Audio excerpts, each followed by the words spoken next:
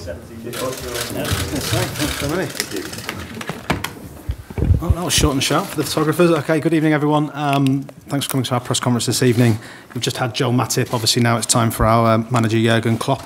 I know most of you are already well aware of our procedures here. For those of you who were in Hoffenheim with us, the manager will answer questions asked in English, and questions asked in German, and then Jan, I think that's correct, our translator, will do the subsequent translating for the required language. Usual drill, please raise your hand. We have got limited time. We'll get around as many of you as we possibly can during that period. And as always, please wait for the translation at the end of each question and answer before moving on to the next one. Vinny, you're going to kick us off as per. And Jurgen, hopefully you understand that I have to check again. But obviously we were at training today and there was no Coutinho. So can you give us an update on his injury situation and when you might expect to have him back and available? If Phil would start tomorrow, what he can, because on top he's now ill.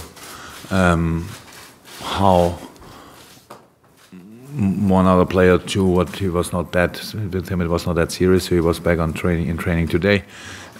If he would start tomorrow, yeah, it would take time because he has no training for a long time meanwhile, and so no idea in this moment. That we would have to check in a moment when he's back.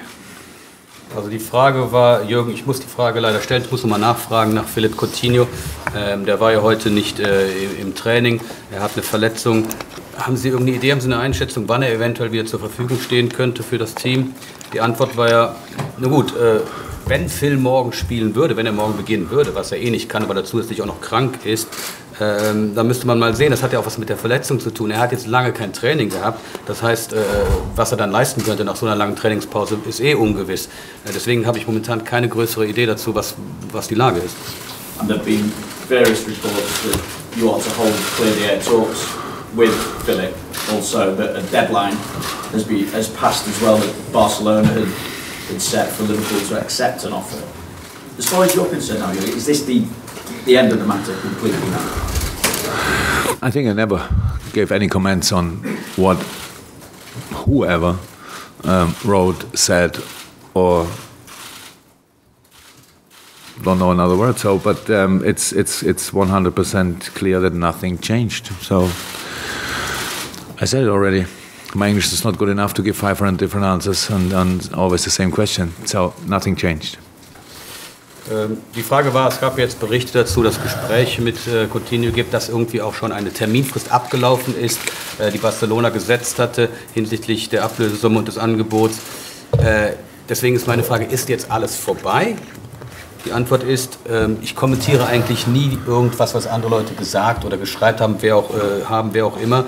Es ist 100% so, es hat sich nichts geändert und ich habe es, glaube ich, auch vorher schon mal gesagt, mein Englisch ist einfach nicht gut genug, dass ich 500 verschiedene Arten und Weisen finden kann, wie ich die gleiche Frage, die andauernd gestellt wird, unterschiedlich auf Englisch beantworte. Given the importance of this game to both sides, what are you expecting now? A football game. An intense one. 100%. I think the main difference between this game tomorrow and the game last week is that now everybody knows about the quality of Hoffenheim. I knew it before, but I'm pretty sure a lot of people in England didn't expect the quality of Hoffenheim they saw, and that's now clear for me. It's half-time. And half-time, you have to adjust things. You have to change things in the right direction. The first game was good enough to get a result. The second game needs to be better, so that's how it is. But Anfield is a main factor, so that's how it is. We all know it. It's a very special place, and nothing happens by itself. We have to perform, we have to deliver, but we all know then the atmosphere can and will help you. And I really hope that everybody is ready for this game. Everybody's ready to fight. I would be concerned if the people would think there's a kind, I don't know, a weak side coming from Hoffenheim, and we need to be dominant and things like this. And each bad pass gets kind of a moan or whatever. That will not happen, because I know we have a football crowd and they know about the quality meanwhile, and so they are ready to fight, and we are ready to fight too. Die Frage war, wie wichtig ist aus Ihrer Sicht das Spiel für beide Mannschaften morgen? Was erwarten Sie für morgen? Die Antwort ist, ich erwarte für morgen ein Fußballspiel, ganz einfach. Es wird natürlich hundertprozentig intensiv sein, das Spiel. Das Einzige, was sich wahrscheinlich jetzt geändert hat, ist, dass viele mittlerweile jetzt wissen, was ich vorher schon wusste, dass Hoffenheim eine höchst große Qualität hat. Aber ich glaube, viele in England haben das nicht so erwartet, dass Hoffenheim so gut ist. Ich würde sagen, die Lage ist klar. Wir haben momentan Zeitpunkt Halbzeit. In der Halbzeit muss man sich neu aufstellen und umstellen. Das Hinspiel war schon mal gut. Wir haben sicherlich ein gutes Ergebnis. Das Rückspiel muss aber noch mal besser werden. Dann haben wir natürlich zusätzlich noch den Faktor Anfield. Wir wissen, wie viel das ausmachen kann. Wir werden auf dem Platz natürlich ein Team begegnen, das qualitativ hochwertig ist, wie ich sagte. Wir brauchen aber natürlich auch die Kenntnis im Hinterkopf, dass wir die Unterstützung des Stadions haben. Das wird uns helfen können. Ich glaube nicht, dass die Leute hier erwarten, dass es ein langweiliges Spiel wird. Wenn wir schwach sein sollten, wird es sicherlich Anforderungen von den Rängen geben. Das ist ganz normal. Aber ich glaube, wir müssen das Spiel annehmen und wir müssen kämpfen morgen. To our friend at the back of the room. Dass Hoffenheim wenig bis fast gar nichts zu verlieren hat. Wie sehr ist das auch für euch eine große Unbekannte, vielleicht beim Gegner Qualitäten oder noch Potenzial danach hier zu überraschen hat? Das ist eine reine Frage der Sichtweise.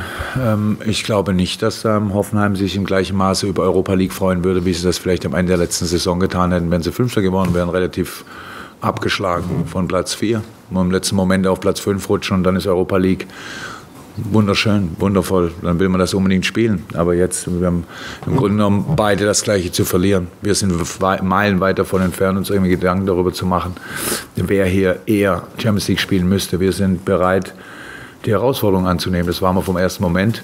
Wir haben ein ganzes Jahr darum gekämpft, in dieses Spiel zu kommen. Und jetzt haben wir uns auf das Hinspiel gefreut.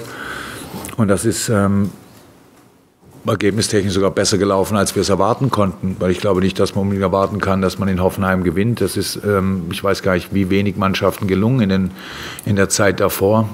Und uns ist es gelungen. Und dementsprechend, wer das so sehen will, dass er nichts zu verlieren hat, der wird irgendwann heute Nacht feststellen, dass das sich tatsächlich ein bisschen anders anfühlt, als wenn man tatsächlich nichts zu verlieren hat. Wir haben eine positive Leistung gebracht in Hoffenheim und wollen erneut eine positive Leistung bringen morgen Abend. Also tatsächlich, alles, was außenrum geschrieben wird, muss man im Sport an sich abprallen lassen. Und deswegen werden wir das auch tun. So the question was, Hoffenheim might have very little to lose, maybe even nothing to lose. So to what extent is this factor an unknown factor to you? To what extent might that release new potential for them, the fact that they think they've got nothing to lose now? The answer is, well, that's a matter of perspective. I think if you think back to the last German season, if Hoffenheim had ended 5th in the Bundesliga rather than 4th, they wouldn't have been so happy to go into the Europa League as they are now happy to potentially play in the Champions League. So that's the same situation for both our teams, for Liverpool and Hoffenheim. We both want to play in the Champions League, and we need to accept the challenge as well. We've worked for this goal hard last year. We've got a good result coming out of the first leg. Winning at Hoffenheim is no mean feat. I don't think there are that many teams really that have won away at Hoffenheim. But I think if you think that Hoffenheim go into this game thinking they've got nothing to lose, you've got another thing coming. We've seen how dangerous they are. We have performed well in the first leg, and we need to play very well tomorrow. And anything else that's covered in the media about this kind of thing doesn't really matter. You need to focus that out. Okay, gentleman here at the front. Der Emir Bayer hat gesagt, dass Hoffenheim den besseren Fußball spielen würde. Wie sehen Sie das, beziehungsweise wie interpretieren Sie diese Aussage? Gar nicht, ehrlich gesagt. Ich weiß nicht. Also es ist zum Glück kein Eiskunstlauf, wo es A- und B-Noten gibt, sondern es geht tatsächlich darum, wer das Ding gewinnt. Und ich habe häufig genug schon in Mannschaften den besseren Fußball gespielt, am Ende verloren. Also interessiert mich nicht wahnsinnig. Ich mag Kerim sehr gerne, finde es ein außergewöhnlicher Spieler mit einer großartigen Entwicklung. Aber er wird auch wissen, dass es nicht um Schönheit geht. Morgen. So the question was, Kevin Dimmerbay said that Hoffenheim had actually been better in the first leg. What is your take on this? I don't think about this at all. It's not like we're doing ice skating where judges decide on the beauty of your ice skating. We're playing football here, and what matters is winning. So there's often been matches in the past where the worst team has won and the better team has lost, and vice versa. All of that is irrelevant.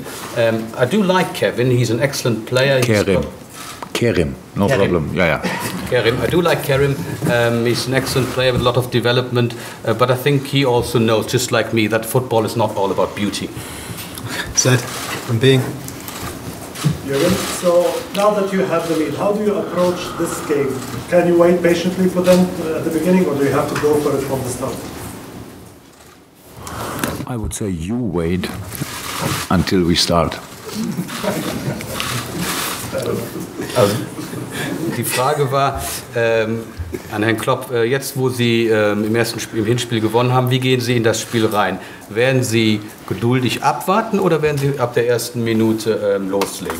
Die Antwort war, ich würde sagen, Sie warten einfach mal ab und sehen sich das an, wie wir es morgen machen. Juliet from the BBC. Yeah, you won't take long, I promise. Going back to Phil's situation, you say 100% it hasn't changed. And you're not interested in what reports or media or anyone else is saying. So can I ask you directly, is everything cool between you two, and once he's over his illness and his injuries, would you welcome him back? Of course. With open arms? Of course. Can you elaborate a bit on it? Why? You ask if everything is okay between me and him? That was the question, right? Yeah. And I answered with, of course. Or yes. Indeed. It's cool. Absolutely. 100%. Yeah. Would you welcome him back, I guess, with open arms? Yes, of course. Absolutely. 100%. Jan. Also die Frage war, es tut mir leid, dass ich nochmal auf das Thema Philipp Coutinho zurückkommen muss. Sie haben ja gesagt, dass sich 100% nichts geändert hat. Kann ich denn fragen, ob zwischen Ihnen beiden alles stimmt? Ist die Stimmung wunderbar? Ist alles cool, wie man auf Englisch sagt, zwischen Ihnen beiden? Und die Antwort ist natürlich. Ich meine, warum fragen Sie mich, ob zwischen mir und Philipp Coutinho alles in Ordnung ist? Die Antwort ist, ja, natürlich, ja, in der Tat, 100%, alles cool. Final couple of questions, gentlemen there. Entschuldigung? Sorry, bitte. Wovor haben Sie im Moment am meisten Respekt bei Hoffenheim? Ich finde, Respekt ist eigentlich ist ein gutes Wort, aber auch leicht zu, kann man das falsch interpretieren. Ich denke, dass im Fußball ohne Respekt überhaupt nichts funktioniert, weil es in der Analyse ein ganz wichtiger Faktor ist, weil du einfach die Qualitäten des Gegners respektieren musst, um dann zu versuchen, diese Qualitäten nicht zum Vorschein kommen zu lassen. Und ich denke, das ist offensichtlich, was Hoffenheim für Qualitäten hat und dementsprechend, wie sie spielen. Sie haben einen glasklaren Plan. Meinen allerhöchsten Respekt vor Julian und seiner Truppe da. Das ist, wir haben eine tolle Mannschaft zusammengestellt. Er macht einen außergewöhnlichen Job. Und wir kennen, der Plan ist klar. Sie haben einen ganz ruhigen Spielaufbau. Sie wollen Fußball spielen. Sie haben Ballbesitz. Sie spielen in die Halbräume. Sie laufen hinter die letzte Linie ein. Sie spielen Diagonalbälle. Sie haben immer mindestens genügend Spieler im Strafraum. Das ist eine sehr offensive Ausrichtung. Und ich finde, dass man das respektieren wir zu 100%. Aber damit arbeiten wir auch. Und das ist es auch schon. So the question was, in terms of Hoffenheim, what do you respect most about Hoffenheim? The answer is, I think generally speaking, in terms of football, respect is something important. It's always important to have respect, but the respect you have is the respect for the qualities of a team, which is important when you analyze your opponents. And then, obviously, what you need to do as a next step is try to prevent that team from playing to their strength and using those qualities. It is evident for everybody to see what the qualities of Hoffenheim are. They have a very clear plan. I really respect what Julian and his team have achieved. He's done an excellent job, and the whole team there has done an excellent job. They've put a great squad together. We have a plan. Then we need to be very calm in our approach to the way they play, to the way they pass the ball, to the way they create half spaces. they have sufficient players who are good enough and are very offensive. So it's excellent the way they play and the way they plan matches, and I respect that 100%. So that means we have work to do. Okay, fantastic. It's going to be the last question, gentlemen, in the second row there. Herr Klopp, haben Sie Elfmeterschießen trainieren lassen oder brauchen Sie das nicht, weil es gar nicht so weit kommt? Trainieren lassen nicht, aber die Jungs schießen das freiwillig sehr gerne nach dem Training. Also es ist immer, die Möglichkeit besteht immer, aber dass ich das jetzt als das perfekte Szenario empfinden würde, das können Sie sich wahrscheinlich vorstellen. Das ist nicht so, aber wenn es soweit kommt, wir wollen die nächste Runde, wie ist am Ende wurscht. So the question was, Jürgen, did you practice taking penalties with your players, or do you think that would not be necessary anyway? And the answer is, I did not make them practice penalties. I allowed them to shoot penalties if they fancy doing that after training, and they like doing that. So there's a possibility. I think obviously everybody knows that a penalty shootout is not the perfect scenario for us. But if it did have to go to penalties, we would still try, because they're getting to the next round. That's our main objective. Okay, Jan, thank you very much. Thank you everyone for coming. See you tomorrow. Bye bye. See you tomorrow.